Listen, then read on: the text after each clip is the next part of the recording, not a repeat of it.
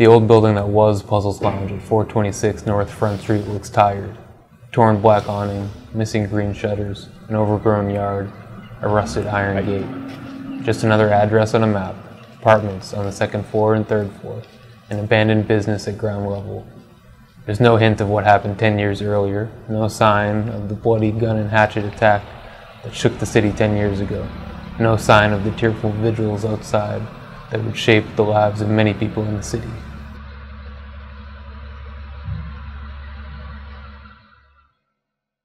By most accounts, Puzzle's Lounge was the only strictly gay bar in a city of 90,000 people, and many, in the aftermath of what happened, refer to it as a safe place.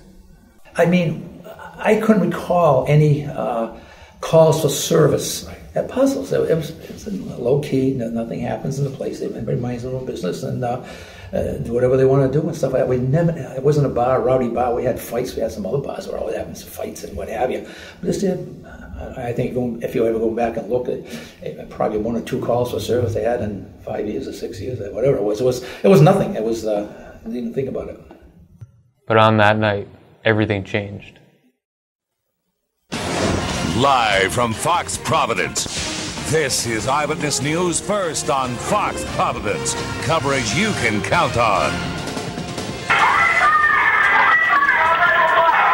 911, this call is recorded. What's emergency?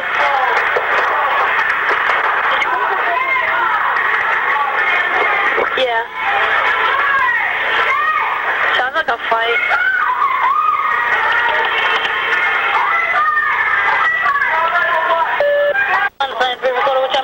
I need an ambulance. You need an ambulance? What's the problem? It's on North Front Street. What's the problem? Someone's been shot. Somebody's been shot? Someone's been shot. You have to get here now. Who's been shot? How many people? How many people? Ma'am, calm down. We already have people on the way. How many people? I think just one. Just one person? Get here, please. One male shot? Oh, please get here. 18-year-old Jacob Robita, until that day just another New Bedford kid, showed up at Puzzles with a machete, hatchet, and handgun, and fled having wounded 3 patrons badly. Our preliminary investigation revealed that a male suspect walked in, started talking to the bartender. At some point in the conversation, he asked the bartender if this was a gay bar, and to which the bartender said it was. Short time later, the suspect reached into his pocket and struck an individual in the head with a hatchet. Robita eluded police, and as the local and national media descended on New Bedford, he took a green 1999 Pontiac Grand Am south. He raised red flags at a hospital in New Jersey, pressed on south. He showed up at Charleston, West Virginia, at an apartment of 33-year-old Jennifer Renna Bailey, a mother of 3 who he had lived with in 2004 and 2005, and they eventually take off together. Police warn that Robita is armed, dangerous, and possibly suicidal, and in the end he is all 3.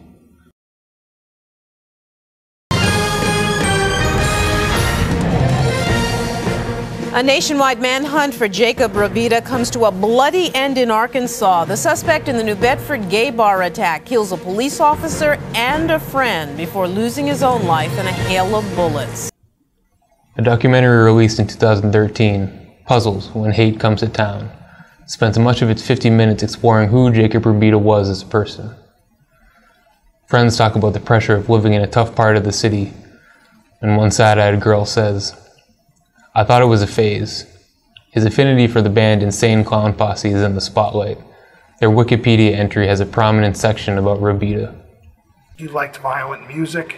He liked this group called the Insane Clown Posse, and maybe that was what made him do it. He had some Nazi symbols in his bedroom. Maybe he was a white supremacist. But when I talked to the family, they said they saw none of this coming. There was no indication that he was a violent kid, that he even wanted to hurt other people based on their gender, age, race, or sexual orientation. They just thought it was a bar fight that went bad. And when I talked to the family, they repeatedly said to me, he had a hair-trigger temper, but he was not the type who went around espousing white power or listening to violent video games or playing violent video games, and that made him do it. They said all that stuff was just pop psychology garbage, and they felt like their son, grandson, just someone insulted him, and that's what started the whole thing. The documentary closes on the image of an elementary school-aged Robita holding an apple, seemingly innocent to the evils of the world. The question the image leaves is open-ended. Was Robita simply the product of his environment? Former Mayor Scott Lang was new to the job when the Puzzles attack happened, and quickly was pressed to provide leadership. You've got a lot of America aware of this story now and looking at the city of New Bedford and saying there's been a hate crime here, and a guy went into a gay bar and shot some people, possibly because they were gay. And I just wonder what your thoughts are right now. Obviously, the city is extremely distressed by this. This is what everyone in the city woke up to this morning. New Bedford is not the kind of place that has a history of hate crimes or that type of tradition. In fact, this is one of the more diverse cities you'll find in the United States. People get along here very well. We're not going to be able, obviously, we don't tolerate this. We won't. I know the DA will prosecute this to the fullest extent of the law. I know the police are out there right now attempting to apprehend this individual. And I think the message from our community is that this is not the kind of conduct that's going to ever be tolerated in New Bedford. A decade later, Lang still feels a sense of responsibility, not just to those in New Bedford who were on the other end of Robita's rage.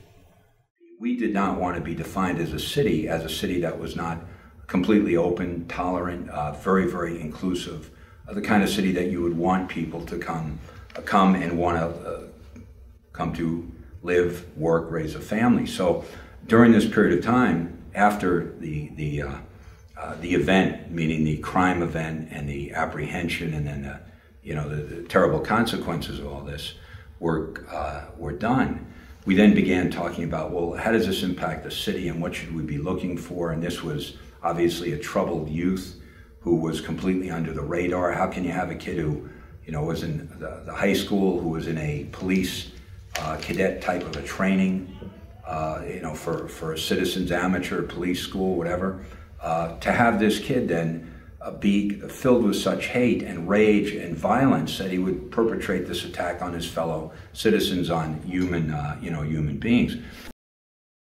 A decade later, the victims are reluctant to discuss the bloody attack that made national news. Bob Perry was struck in the head with a hatchet and shot at Puzzles that night. In the aftermath, he was the face of the crime, a huge, ugly scar creasing the right side of his face as he recounted the horror of it. Reached by phone this week, he simply said, "I just don't want to be involved." Alex Taylor, who was also attacked that night, said he had not realized it had been 10 years, but did not want to talk about the incident. In the face of the tragedy, New Bedford responded quickly and loudly. One man's violence will only strengthen the resolve to change. The gay community was very, very forgiving right from the beginning about what happened. Jacob attacked people without provocation in a bar that he asked is this a gay bar? He confirmed before he started attacking. But I think the gay community in New Bedford and around that area was forgiving almost from the beginning. Our community stepped forward and said, we do not want to be defined by an atmosphere of hate. So there was a meeting that took place, a community meeting at Carney Academy. And Carney Academy has a very, very, very big community room. It's set up as a tiered type of auditorium setting. And I remember I had been in there before for different school assemblies just in the first week or two of having been elected. And it was, filled with students, and it was a very spacious type of an assembly hall. Well, the night of the community meeting, it was packed. It was standing room only. And people will say, well, how big was the crowd? And you'll say, well, it was very large. This crowd was very, very large. One of the biggest crowds that I had seen in the city in the entire time I've lived here. David Boyce was an arts writer for the Standard-Times who spoke and wrote eloquently about life as a gay man. In a column he wrote that week, he urged, New Bedford can and should use this unfortunate opportunity to reclaim a better self-image, which will only lead to a more positive national image. For far too long, too many in this city have suffered under the corrosive delusion that New Bedford deserves what it gets, that its fate is out of the hands of its citizens. The victims of the Puzzles Lounge attack didn't deserve what happened to them, but neither did their attacker deserve the twisted and malevolent misguidance that led to his hateful actions.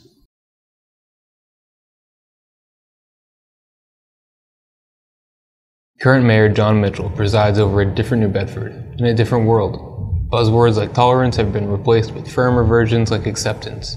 In June of 2015, same-sex marriage was legalized in all 50 states.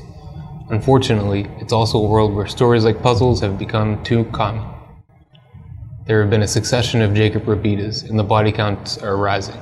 We pride ourselves, I pride myself in living in a city that is accepting of others, that treats people based on their character and their conduct, and not, who they are and the color of the skin or their sexual orientation or anything else that really doesn't matter all that much.